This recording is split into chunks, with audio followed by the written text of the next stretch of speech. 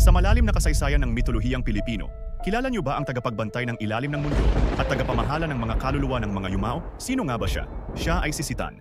Ayon sa mga sinaunang Tagalog, si Sitan, ang Diyos ng kasanaan, ang lugar kung saan napupunta ang mga kaluluwa pagkatapos ng kamatayan. Siya ay may maitim na balat, matalim na mga mata at matangkad na tindig.